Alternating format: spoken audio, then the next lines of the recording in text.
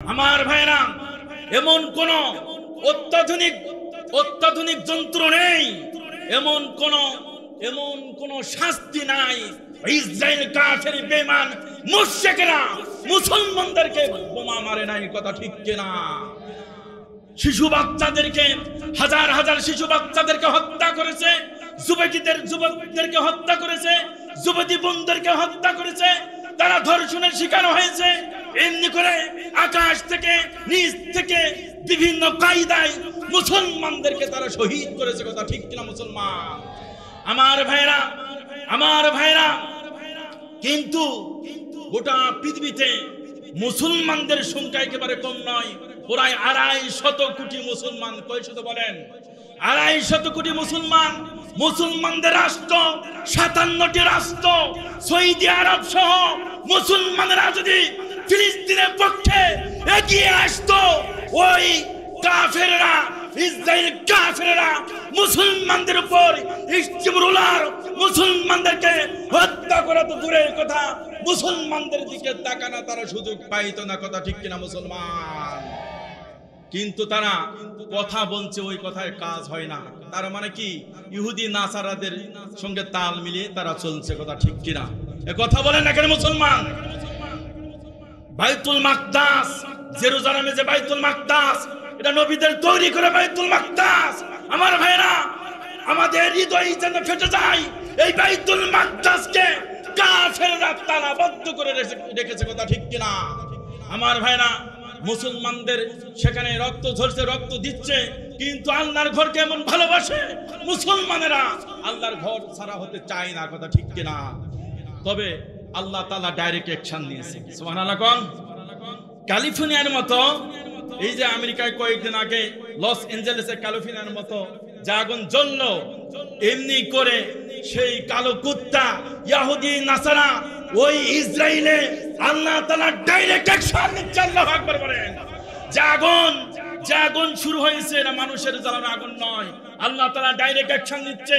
ওদের সোলজার বাহিনী, রাব বাহিনী, বিজিবি বাহিনী, আমার বন্ধুগণ, অভাব নাই, কিন্তু আগুন নিভাতে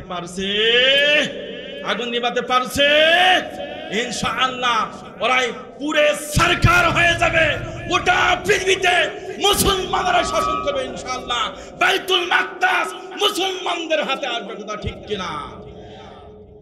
আমরা মুসলমানদের পক্ষে থাকতে চাই, ফিলিস্তিনদের পক্ষে থাকতে চাই, কথা ঠিক কিনা? যারা যারা পক্ষে আমরা আসি থাকবো, দুই হাত উত্তোলন করে আল্লাহ তাআলাকে দেখান। লিল্লাহে তাকবীর। আল কোরআনের আলম, আল হাদিসের আলম, ইসলামের শত্রুরা হুঁশিয়ার, সাবধান। ইসরাইল নিপাত যাক, মুসলমান বিজয় হোক। লিল্লাহে তাকবীর। ইনশাআল্লাহ ভূমিকায় কিছু কথা বলে নিলাম। আসলে বক্তারে অন্তত 1 থেকে 1.5 ঘন্টা সময় দিতে হয়। أنزلنا السكينة في قلوب المؤمنين ليزدادوا إيمانا مع إيمانهم। আল্লাহু আকবার বলেন। যারা মুমিন হবে, মুমিনদের অন্তরে আল্লাহ রাব্বুল আলামিন সাকিনা অবতীর্ণ করবেন, শান্তি অবতীর্ণ করবেন। আর মুমিনদের যা ঈমান আছে, ঈমানের সাথে আল্লাহ রাব্বুল আলামিন আরো ঈমান দেয়া, ঈমানটা বৃদ্ধি করবেন। সুবহানাল্লাহ। গোটা পৃথিবীতে কাফির বেঈমান মুশরিকরা, ওই ইসরাইল কাফিররা মনে করেছে আল্লাহ আমাদেরকে ছেড়ে দিয়েছেন, ঢিল দিয়ে রেখেছেন, আল্লাহ আমাদের ধরবেন না। আসলে ধরবেন কি ধরবেন না? ধরবে, যেমন ধরা শুরু হয়েছে, কথা ঠিক কিনা? বাংলাদেশে একজন ছিল, মনে করছে যে গদি পাইছি, গদি থেকে নামাইছে, কথা ঠিক কিনা? কিন্তু আমরা বলতাম, আলেমা কোরআনে বলতাম, ওয়া তিলকাল আইয়ামু নুদাবিলুহা বাইনান নাস। দিন পরিবর্তন হবে, আল্লাহ পাক মানুষের মাঝে দিন পরিবর্তন করেন। সকলে বলে সুবহানাল্লাহ। যুবক ভাইরা, আপনাদের দরকার আছে, আপনাদের দ্বারাই তো দ্বিতীয় স্বাধীনতা বাংলাদেশ অনুষ্ঠিত হয়েছে। সুবহানাল্লাহ। কোন যুবকদের রক্ত বাংলাদেশে যখন ঢেলে দিয়েছে, 5 আগস্ট থাকতে পারে, এ কথা বলে না, থাকতে পেরেছেন? আল্লামা আল্লামা শহীদ আল্লামা সাইদের কথা যেন ভবিষ্যৎবাণী যা করে গেছেন গড়াই গন্ডায় মিলে যাচ্ছে, কথা ঠিক কিনা? উনি এখন ভারতে তসবি টিপছে, কিন্তু তসবি টিপতে গিয়েও চিন্তা, বসে আছে বাংলাদেশ গদিতে ডক্টর ইউনূস, লা ইলাহা ইল্লা আনতা সুবহানাকা ইন্নী কুনতু মিনাজ জালিমিন। এই তসবির নাম হলো কি বলেন ভাই ইউনূস, খবর আছে কিনা? তসবিহ পড়তে গিয়ে ওখানে গিয়ে আর বুকুর কথা বের হয় না, কথা ঠিক কিনা? ইনশাআল্লাহ জুলুম এই দেশে থাকবে না ইনশাআল্লাহ। আমার ভাইরা, কাফিরা মনে করেছিল ওয়ালা ইয়াহসাবান্নাল্লাযীনা কাফারু আন্নামা নুমলি লাহুম খায়রুল লিআনফুসিহিম ইন্নামা নুমলি লাহুম লিয়াজদাদু ইসমা ওয়া লাহুম আযাবুম মুহিন। কাফিরা মনে করেন আমরা যে কার্যক্রম করছি আল্লাহ তাআলা আমাদেরকে ঢিল দিয়ে রেখেছে, আল্লাহ আমাদেরকে ধরবেন না, ভালোর জন্য আমাদেরকে ছেড়ে দিয়েছেন, করছেন কালের জন্য নয়, করছেন কালের জন্য নয়। আল্লাহ পাক বলছেন লিয়াজদাদু ইসমা, আমি পাপ বাড়ানোর জন্য আমি ওদের ছেড়ে দিয়েছি। নাউযুবিল্লাহ কম। পাপ যখন পুরো হয়ে যাবে, পাপ যখন পুরো হয়ে যাবে আমি ওদেরকে ধরবো, ঠিক কিনা? সুতরাং পাপ বাড়ানো যাবে যখন গুনাহ বুঝতে পারবো, তওবা করে নিতে হবে। যুবক ভাইরা রাজি আছেন তো? যুবক ভাইরা বিপদে, তার কারণ যুবকেরা বিপদে, বয়স হয়ে গেছে প্রায় 24-27, চিন্তা করে যে বাপরে কেমন ভাবে বলি, বিয়ে দেয় না আমাদের। এ কথা বলেন যুবকেরা, তার কারণ তোমাদের কথা তো আমি হুজুর জানি, আমি একটু 30 হয়ে গেছে তারপর বিয়ে করেছিলাম, কিন্তু এখন বুঝি আসলে ছেলেদেরকে বিয়ে দেওয়ার গার্জেনদের উচিত 20 থেকে 22 বছরে, 24 পার করানো যাবে না। এ কথা বলেন না কেন? যুবকদের পক্ষে আছে ঠিক, আরো একটু আওয়াজ দিতে হবে। সুতরাং গার্জেনদের উচিত 22-24 বছর বয়স হইলে ইনশাআল্লাহ বিয়ে দিতে হবে ছেলেদেরকে, কথা ঠিক কিনা? ওদের সুযোগ দেওয়া যাবে না। তার কারণ হলো যুবকদেরকে ছেড়ে দিবেন, ওরা জিনা ব্যভিচারে লিপ্ত হয়ে যাবে, গুনাহ বর্তাবে ওই পরিবার বাবা মার উপরে, কথা ঠিক কিনা? অথচ আল্লাহ তাআলা বলছেন লা তাকরাবুন জিনা ইন্নাহু কানা ফাহিশাতান ওয়া সাআ সাবিলা। জিনা তো করা দূরের কথা, নিকটবর্তীও যাওয়া যাবে না। কিন্তু যুবক ভাইরা আহারে, যে শুধু মোবাইল নিয়ে ফেসবুক ইউটিউব এগুলি শুধু ঘাটাঘাটি, এরকম রাস্তার কোনায় কোনায়, তারপরে বাজারে, তারপরে বিভিন্ন পার্কে শুধু এইরকম এরকম এরকম এরকম, এই কথা বলেন না কেন? এইগুলি বাবা, মোবাইল এমন একটা ভাইরাস, এমন একটা ক্যান্সার, মোবাইল দেখতে দেখতে চোখ অনেকের চশমা লাগান লাগছে আমার ভাইরা। আর জিনা ব্যভিচার এগুলি দেখতে দেখতে ভারতের অশ্লীলতা বেহুপনা এগুলি দেখতে দেখতে ওরা চিন্তা করে যে দেখেই শুধু নয়, ডাইরেক্ট মারা লাগবে। এ কথা বলেন না কেন? জন্য করে বাংলাদেশে এই যে আমরা দেখছি জিনা ব্যভিচার বাড়ছে না কমছে? জিনা ব্যভিচার বাড়ছে না কমছে? বাড়ছে। যুবকদেরকে বলবো কোরআনের পথে আসতে হবে, হাদিসের পথে আসতে হবে। ইনশাআল্লাহ তোমরা হবে মুহাম্মদুর রাসূলুল্লাহ সাল্লাল্লাহু আলাইহি সাল্লাম, তোমরা যে উম্মত, যুবকদের জন্য স্পেশাল ভাবে হাসরের মাঠ যেদিন কায়েম হবে, একটা গেট হবে, একটা মঞ্চ হবে, সবাই বলেন না সুবহানাল্লাহ। সেই মঞ্চে যুবকেরাই থাকবে, ওরাই বিনা হিসাবে জান্নাতে চলে যাবে। চরিত্রটা ঠিক হতে হবে ইনশাআল্লাহ। বলেন আমার ভাইরা, আজকে আমার আলোচনার বিষয় হলো রাসূল করিম সাল্লাল্লাহু আলাইহি সাল্লামকে আল্লাহ পাক কোন উদ্দেশ্য করে এই পৃথিবীর জমিনে প্রেরণ করেছেন, শোনার দরকার আছে কিনা? আমার ভাইরা, যে কোনো জিনিসের পিছে উদ্দেশ্য থাকে। এই যে মাউথ পিস, এর উদ্দেশ্য লক্ষ্য হলো কথা বঞ্চি বাড়ায়া দূরে দূরান্ত যাবে, তা ঠিক কিনা? আবার চাঁদ আল্লাহ রাব্বুল আমিন সৃষ্টি করেছেন, তার উদ্দেশ্য আছে। আবার সূর্য আল্লাহ রাব্বুল আমিন সৃষ্টি করেছেন, তার পিছনে উদ্দেশ্য আছে। ছোট্ট একটা বিষয়, 5 টাকা দামের একটা কলম কিনবেন, তার উদ্দেশ্য আছে। উদ্দেশ্য ছাড়া কোনো কিছু হয় না, কথা ঠিক কিনা? পিছনে উদ্দেশ্য আছে। তো নবীজি সাল্লাল্লাহু আলাইহি সাল্লামকে আল্লাহ পাক এই পৃথিবীতে প্রেরণ করেছেন, তার একটা লক্ষ্য উদ্দেশ্য আছে কিনা? আছে কিনা? সেই লক্ষ্য উদ্দেশ্যটা হলো আল্লাহ রাব্বুল আমিন কোরআনুল কারীমের মধ্যে সুন্দর করে কোরআনুল কারীমের মধ্যে আল্লাহ পাক নোট দিচ্ছেন, যে কথাটা আমি শুরুতেই কোরআনুল কারীম থেকে তেলাওয়াত করেছি, আমার সঙ্গে পড়েন, রব্বানা ওয়া বাআস ফীহিম রাসূলান মিনহুম ইয়াতলু আলাইহিম আয়াতিকা ওয়া ইউআল্লিমুহুমুল কিতাবা ওয়াল হিকমাতা ওয়া ইউযাক্কিহিম ইন্নাকা আনতাল আজিজুল হাকীম। আমার ভাইরা, এই দোয়াটা জাতির পিতা ইব্রাহিম আলাইহিস সালাম করেছিলেন। আল্লাহু আকবার বলেন। বিগত 15-16 বছরে জাতির পিতা যে ইব্রাহিম, আমার ভাইরা, এটা যেন কোমলমতি আমাদের সন্তানগুলি যেন বুঝতে না পারে, বই পুস্তকে জাতির পিতা ইব্রাহিম নাম না দিয়া বঙ্গবন্ধু শেখ মুজিবের নাম। এ কথা বলেন না কেন? দেওয়ালের কান আছে, আস্তে খান, কথা ঠিক না? আমার ভাইরা, ছোট্ট বাচ্চাকে জিজ্ঞাসা করলে জাতির পিতার নাম বলতে পারে না, বঙ্গবন্ধু বলে। আমার ভাইরা, কিন্তু ইনশাআল্লাহ বঙ্গবন্ধু থাকবে না। জাতির পিতা এমনি এমনি হওয়া যায় না। আল্লাহ রাব্বুল আমিন যত জাতির পিতাকে পরীক্ষা নিয়েছিল, সমস্ত পরীক্ষায় গোল্ডেন প্লাস পেয়েছিল। তারপর আল্লাহ পাক ঘোষণা করে দিয়েছেন, হে ইব্রাহিম, সমগ্র বিশ্ববাসীর জন্য তোমাকে জাতির পিতা করলাম। সুবহানাল্লাহ। কম জাতির পিতা এমনি এমনি হওয়া যায় না। আমার ভাইরা, ইব্রাহিম আলাইহিস সালাম দোয়া করেছিলেন, আল্লাহ পাক দোয়া কবুল করেছিলেন। নবী এই পৃথিবীতে আসবে, ইব্রাহিম আলাইহিস সালাম দোয়া করেছিলেন। আর নবীজি এসে কাজ করবেন হলো 5টা। কাজ করবেন কয়টা বলেন?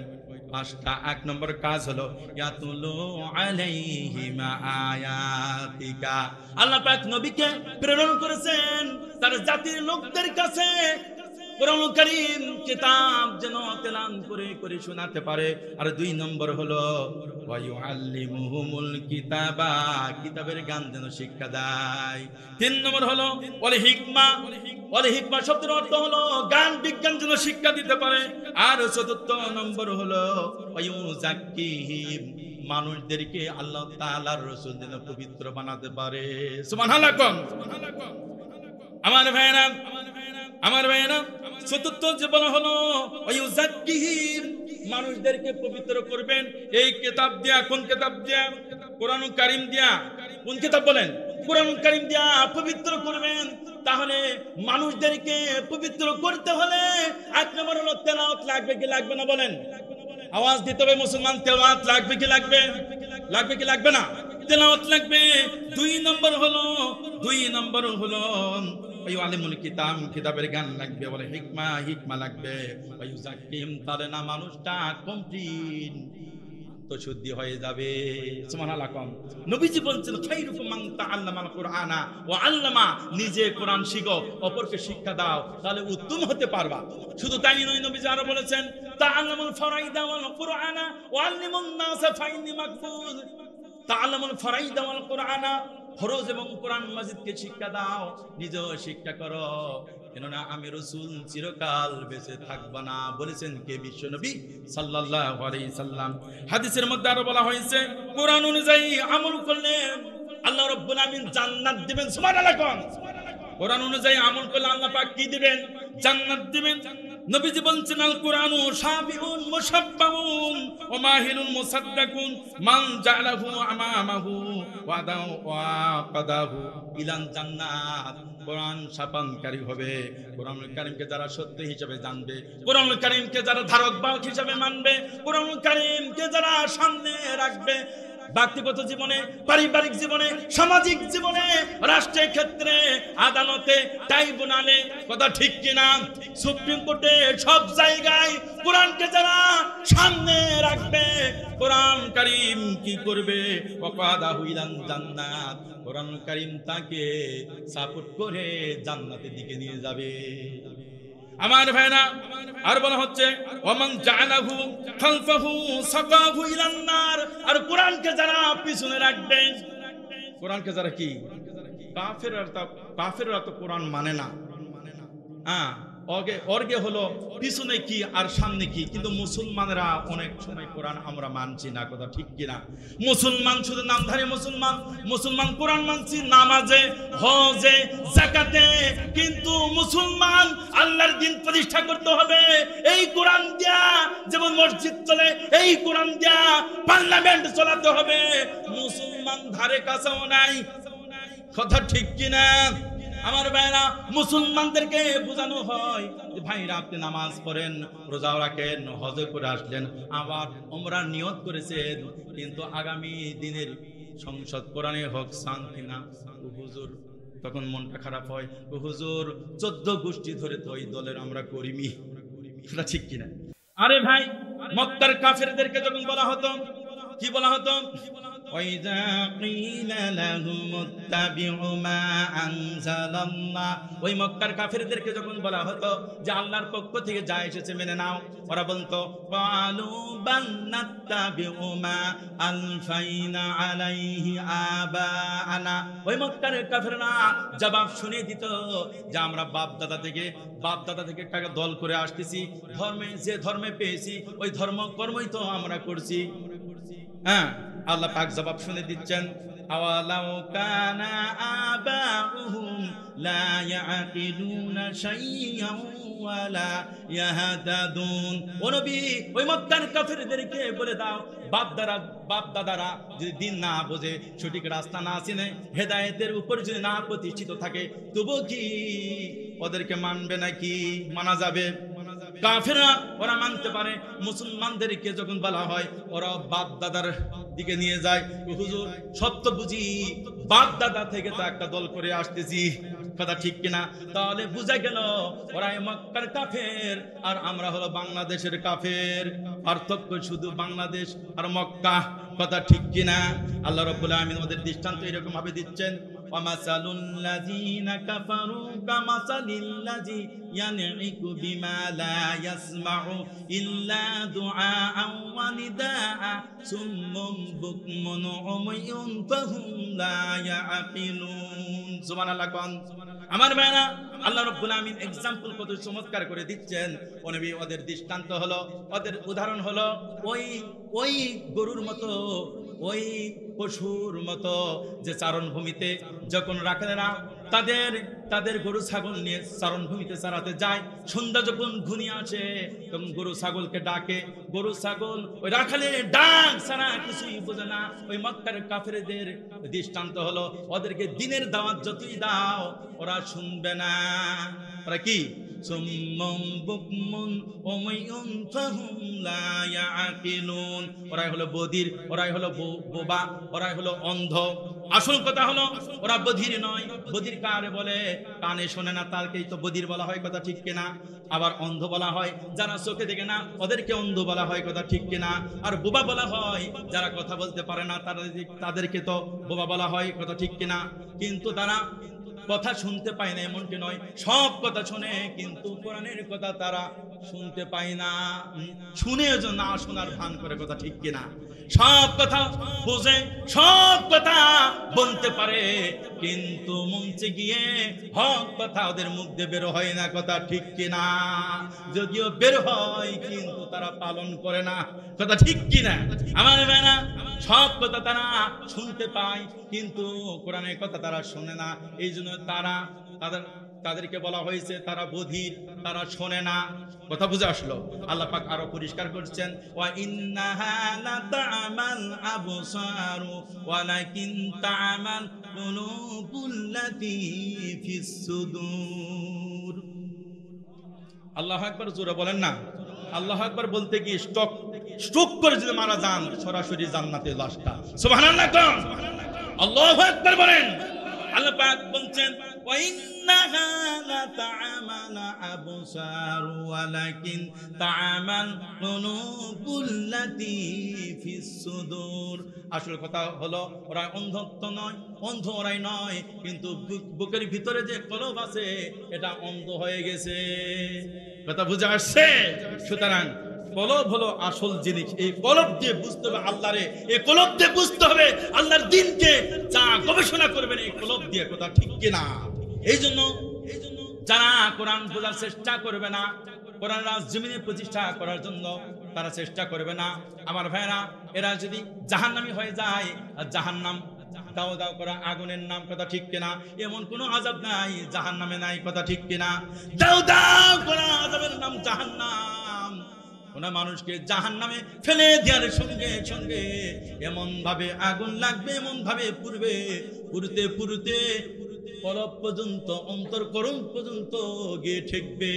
দুনিয়াতে নিয়ম আছে, কোন মানুষকে যদি আগুন লেগে দেওয়া হয়, কোন মানুষকে যদি আগুন লেগে দেওয়া হয়, ওই মানুষটা চামড়া পুড়তে পুড়তে কলব পর্যন্ত যাবে না, অন্তরকরণ পর্যন্ত যাবে না, মানুষটা মারা যাবে। কিন্তু জাহান্নামে আগুন কলব পর্যন্ত, অন্তরকরণ পর্যন্ত দগ্ধ হবে। তার কারণ হলো এই অন্তর দিয়া যারা কোরআন বোঝে নাই, এই জন্য অন্তর পর্যন্ত কোরআন এই আগুন যাবে। সকলে বলে নাউযুবিল্লাহ। আমার ভাইরা, আমার আলোচনার বিষয় হলো নবীজিকে আল্লাহ রাব্বুল আমিন কোন টার্গেট দিয়ে এই দুনিয়াতে প্রেরণ করেছিলেন, শোনার দরকার আছে কিনা? আমার ভাইরা, আল্লাহ পাক বলছেন হুয়াল্লাযী আরসালা রাসূলাহু বিল হুদা ওয়া দীনিল হাক্কি লিযুহরাহু আলাদ-দীনি কুল্লিহি ওয়া কাফা বিল্লাহি শাহীদা। কোরআন কারীমের মধ্যে 3 জায়গায় আল্লাহ পাক নবীজিকে প্রেরণের উদ্দেশ্যে আল্লাহ পাক বলেছেন। সূরা তাওবা 33 নম্বর আয়াত, আবার সূরা ফাতহ 28 নম্বর আয়াত, আবার একই কথা সফ নামক সূরা 9 নম্বর আয়াতে কয়বার বলেন তো? তিনবার একই কথা বলেছেন। তার মানে হলো দিন প্রতিষ্ঠা করা গুরুত্ব কম না বেশি? কথা বলেন না মুসলমান?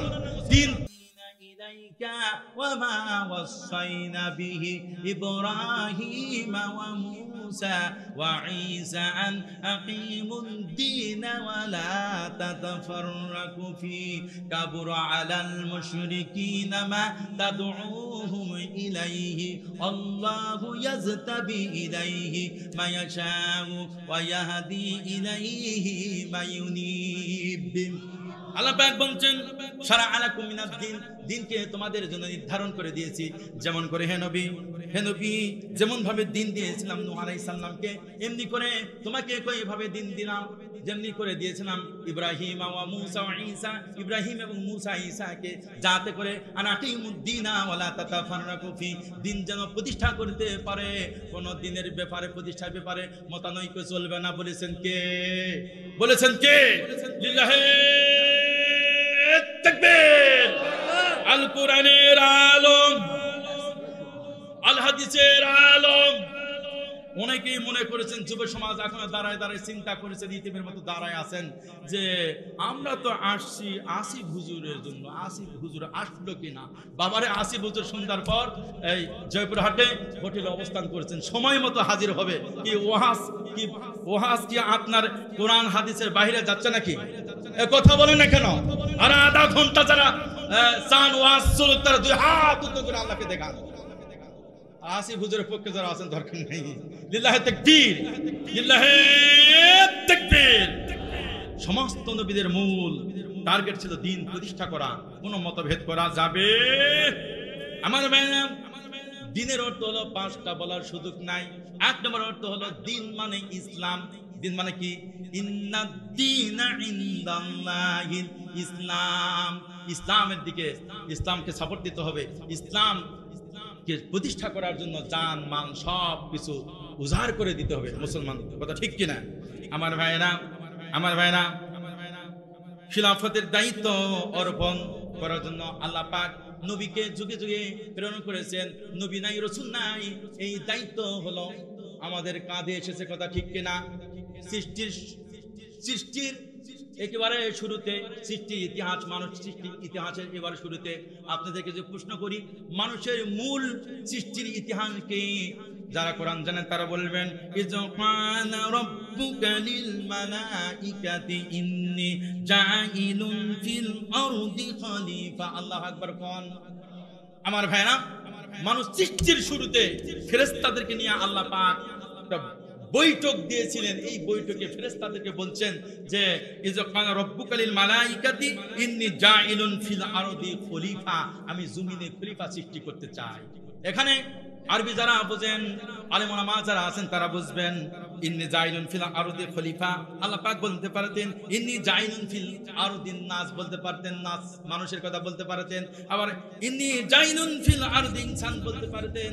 ইন্নী জাইলুন ফিল আরদি ইনসান বলে নাই, ইন্নী জাইলুন ফিল আরদি নাস বলে নাই। আল্লাহ পাক খলিফা করে আমাদেরকে প্রেরণ করেছেন, তার মানে হলো খলিফা মানে রিপ্রেজেন্টেটিভ, খলিফা মানে প্রতিনিধি। আমরা প্রেসিডেন্ট হব, আমরাই চেয়ারম্যান হব, আমরাই ডিসি হব, আমরাই দেশ চালাবো, কথা ঠিক কিনা আমার ভাইয়েরা? আমার ভাইয়েরা, ইনসান আবার নাস আল্লাহ রাব্বুল আমিন বলেন নাই। আমার ভাইয়েরা, খলিফার তিনটা অর্থ। এক নম্বর হলো এই যুগের বিজয় এবং ক্ষমতাশীল জাতির উপরে অন্য জাতিকে আল্লাহ রাব্বুল আমিন স্থলাভিষিক্ত করবেন। আল্লাহ পাক বলছেন ওয়াদাল্লাহুল্লাযীনা আমানু মিনকুম ওয়া আমিলুস সালিহাতি লা ইয়াস্তাকলিফান্নাহুম ফিল আরদি কামাস্তাকলাফাল্লাযীনা মিন মাবুনিহিম। আল্লাহু আকবার বলেন। আল্লাহ পাক বলছেন মুমিনদের সঙ্গে ওয়াদা করেছেন, আমরা যদি মুমিন হতে পারি, ঈমানটা যদি আমাদের মজবুত হয়ে যায়, আল্লাহ পাক বলছেন এই জমিনের উত্তরাধিকারী, এই জমিনের ক্ষমতা মুমিনদের হাতে আমি আল্লাহ রাব্বুল আমিন দিয়ে দিব। তাহলে আমরা মুমিন হতে পারি নাই, জন্য করেই এই দেশ জাতি চালানোর আমাদের ক্ষমতা আল্লাহ পাক আমাদের হাতে অর্পণ করছেন না, কথা ঠিক কিনা? সুতরাং যুবকদেরকে বলবো, শরীর দুর্বল হতে পারে কিন্তু ঈমানটা মজবুত হওয়ার দরকার, কথা ঠিক কিনা? শরীর দুর্বল হতে পারে, ঈমানটা মজবুত হতে হবে। তাহলে তোমাদের দ্বারাই বাংলাদেশ চেঞ্জ হয়েছে, ইনশাআল্লাহ তোমাদের দ্বারাই এই বাংলাদেশ ইনশাআল্লাহ কোরআনের বাংলাদেশ হবে ইনশাআল্লাহ। আমার ভাইরা, প্রধান বক্তা চলে এসেছেন, অল্পক্ষণের মধ্যে ইনশাআল্লাহ মঞ্চে নিয়ে আসা হবে। টেনশনের কোনো কারণ নাই, ফালা খাউফুন আলাইহিম ওয়ালা হুম ইয়াহজানুন, টেনশন নাই, ভয় নাই। ইনশাআল্লাহ আসিফ ভাই আসবে প্রাণ ভরে যুবকদেরকে নিয়ে, মুরব্বীদেরকে নিয়ে ইনশাআল্লাহ অন্তত 2 ঘন্টা আপনাদেরকে নিয়ে তাফসীর করবে ইনশাআল্লাহ। হ্যাঁ, কথা বলেন না কেন? তার কারণ অনেক দিন পর আসিফ ভাইকে পাইছি, যুবক মানুষ, আজকের মাহফিলে যুবকেরাই বেশি। আমরা আসিফ ভাইকে আমরা ছাড় দিব না, অন্তত 2 ঘন্টা আমরা তাফসীর শুনবো, কথা ঠিক কিনা আমার ভাইরা? দ্বিতীয়ত, খলিফা শব্দের অর্থ হলো 3টা। এক নম্বর বললাম। দ্বিতীয়ত, আল্লাহর সর্বোচ্চ কর্তৃত্ব মেনে নিয়ে তার বিধান রাষ্ট্র পরিচালনা করা। সকলে পড়ি সুবহানাল্লাহ। আল্লাহ পাক কোরআনের মধ্যে বলছেন ইনিল হুকুমু ইল্লা লিল্লাহ আলা লাহুল খালকু ওয়াল আমর। আল্লাহু আকবার করেন। বলেন তো, আসমান সৃষ্টি করেছেন কে? জমিন সৃষ্টি করেছেন কে? আমাদেরকে সৃষ্টি করেছেন কে? ইনিল হুকমু ইল্লা লিল্লাহ আলা লাহুল খালকুল আমরু, সৃষ্টি যার, হুকুম চলবে তার। এই কথার সঙ্গে যারা একমত আছেন আবার হাত উত্তোলন করে আল্লাহকে দেখান। লিল্লাহি তাকবীর, লিল্লাহি তাকবীর। আমার বন্ধুগণ, আলা লাহুল খালকুল আমরু, আলা ব্যবহার হয়েছে, সাবধান সাবধান। আলা লাহুল খালকুল আমরু, সৃষ্টি যার, হুকুম চলবে তার। চলছে কার বলেন? কথা বলেন না কেন? চলছে কার? মানুষের গড়া মতবাদ চলছে, জন্য করে শান্তি নাই। শান্তির তসবিহ আমরা টিপছি, কিন্তু শান্তি নামক এই হরিণটা কোথায় যেন ছোটন্ত ঘোড়ার মতো, ছোটন্ত হরিণের মতো চলে গিয়েছে, আর দেশে শান্তি পাচ্ছে না, কথা ঠিক কিনা? সুতরাং শান্তি যদি পেতে চাও, শান্তি যদি পেতে চাও, তাহলে কোরআনের পক্ষে আসতে হবে। পার্লামেন্টে কোরআন দিয়ে অনুশাসন চলবে ইনশাআল্লাহ, তাহলে আমরা শান্তি পাবো। একটা গল্প বলি। এলাকায় আমার বাচ্চার বয়স 8 বছর 4 মাস, আলহামদুলিল্লাহ।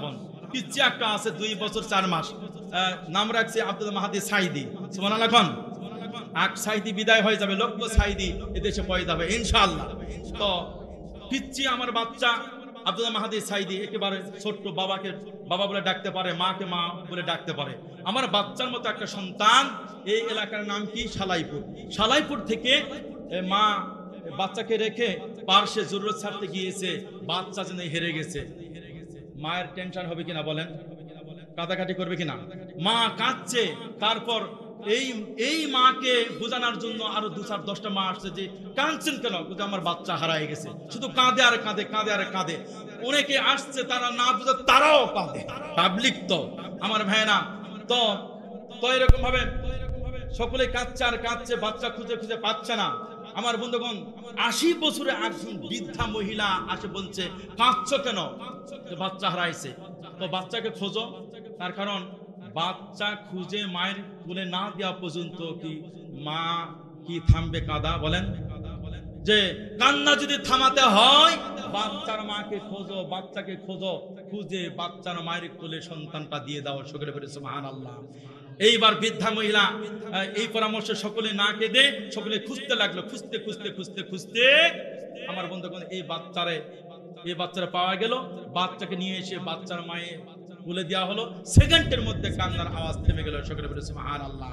এই উদাহরণ হাসার জন্য দেই নাই। সুতরাং বাংলাদেশে আমরা শান্তি চাচ্ছি, শান্তি পাচ্ছি না। শান্তি যদি পাইতে হয় তাহলে এই দেশটাকে আলেম ওলামার বুকে তুলে দিতে হবে। কথা ঠিক কিনা? আলেমদের কোলে তুলে দিতে হবে। বাচ্চাকে মায়ের কোলে তুলে দিলে যেমন মা থামে, বাচ্চা থামে, তেমনি করে এই বাংলাদেশটাকে যদি সাজাতে চান, জান্নাতি বাংলাদেশ সাজাতে চান, তাহলে আলেমদের কোলে যদি বাংলাদেশটা তুলে দিতে পারেন, ইনশাআল্লাহ এই দেশ বাঁচবে, 18 কোটি জনগণ বাঁচবে, শান্তি ফিরে আসবে ইনশাআল্লাহ। কোন আমার ভাইরা, খলিফার 3 নম্বর অর্থ হলো আল্লাহর দেয়া ক্ষমতার অধিকারী হওয়া। আল্লাহ রাব্বুল আমিন এই কথাটা কোরআন কারীমের মধ্যে এরকম ভাবে বলেছেন, ইয়া দাউদ ইন্না জাআলনাকা খলিফাতান ফিল আরদি ফাহকুম বাইনান নাসি বিল হাক্কি ওয়া লা তাত্তাবিল হাওয়া ফায়ুদিল্লাকা আন সাবিলিল্লাহ। আল্লাহু আকবার বলেন। আল্লাহ পাক বলছেন, হে দাউদ ইয়া দাউদ ইন্না জাআলনাকা খলিফাতান ফিল আরদি ফাহকুম বাইনান নাস। দাউদে, তোমাকে খিলাফতের দায়িত্ব দিয়া এই পৃথিবীতে প্রেরণ করেছি। সুতরাং তুমি কি করবা? ফাহকুম বাইনান নাসি বিল হাক্কি, বিচার যখন করবা তখন ন্যায় বিচার করবা। সুবহানাল্লাহ। কোন বিগত সরকার ন্যায় বিচার করেছে? ওই 71 সাল থেকে শুরু করে এই পর্যন্ত ন্যায় বিচার আমরা কোথাও পাচ্ছি না। কথা ঠিক কিনা? ন্যায় বিচার যারা করছে না, আল্লাহ পাক বলছেন, ওদের ফতোয়া এরকম ভাবে বলছেন, যারা ন্যায় বিচার যারা করছে না, আল্লাহ পাকের কোরআন এরকম ভাবে বলছেন, তারা হলো কাফের, তারা হলো জালেম, তারা হলো ফাসিক। কে বলছেন এই কথা? আল্লাহ বলছেন। সুতরাং ন্যায় বিচার প্রতিষ্ঠার জন্য কোরআনওয়ালা দলকে ভোট দিতে হবে, সাপোর্ট দিতে হবে, রায় দিতে হবে। প্রস্তুত আছেন তো? প্রয়োজন বোধে জান দিব, মান দিব ইনশাআল্লাহ করেন। তার মানে কি? জানের মালিককে, মালের মালিককে। আমার ভাইরা, ছোট্ট একটা কথা বলি। অনেকেই ঘটনা শোনার জন্য আসছেন, আসার পথে বলছে, হুজুর যাই বলেন আর তাই বলেন, ঘটনা কিন্তু লাগবে। ইনশাল্লাহ সব হবে। সময় যদি আমাকে দেয় ইনশাল্লাহ ঘটনা বলবো, নির্ভর ঘটনা ইনশাআল্লাহ। আমার ভাইরা, মসজিদে নববীতে বিশ্বনবী সাল্লাল্লাহু আলাইহি সাল্লাম বসে আছেন। তো সাহাবীদের মাঝে বিশ্বনবীজি বললেন, কিছুক্ষণের মধ্যে এক ব্যক্তি আসবে, লোকটা হুয়া মিন আহলি জান্নাত, লোকটা ডাইরেক্ট জান্নাতে চলে যাবে। সুবহানাল্লাহ। বিশ্বনবীজি দ্বিতীয় দিন একই সময়ে সাহাবীদের মাঝে বসে আছেন। আবার নবীজি বললেন, কিছুক্ষণের মধ্যে এক ব্যক্তি আসবে, ওয়া মিন আহলিল জান্নাত, সেই সরাসরি জান্নাতি। পরপর তিন দিন একই কথা বললেন। একজন সাহাবী চিন্তা করলো, এই সাহাবীর কি আমল? নবীজির জবান থেকে একদিন নয়, 2 দিন নয়, 3 দিন একই কথা বললেন। লোকটার আমল সম্পর্কে আমার জানার দরকার। এবার নবীজির একজন সাহাবী তার আমল দেখার জন্য তার বাসায় মেহমান হলেন। আমার বন্ধুগণ, ওই সাহাবী কোন কারণে, কি আমলের কারণে আল্লাহর জান্নাতে যাবে, শোনার দরকার আছে কিনা?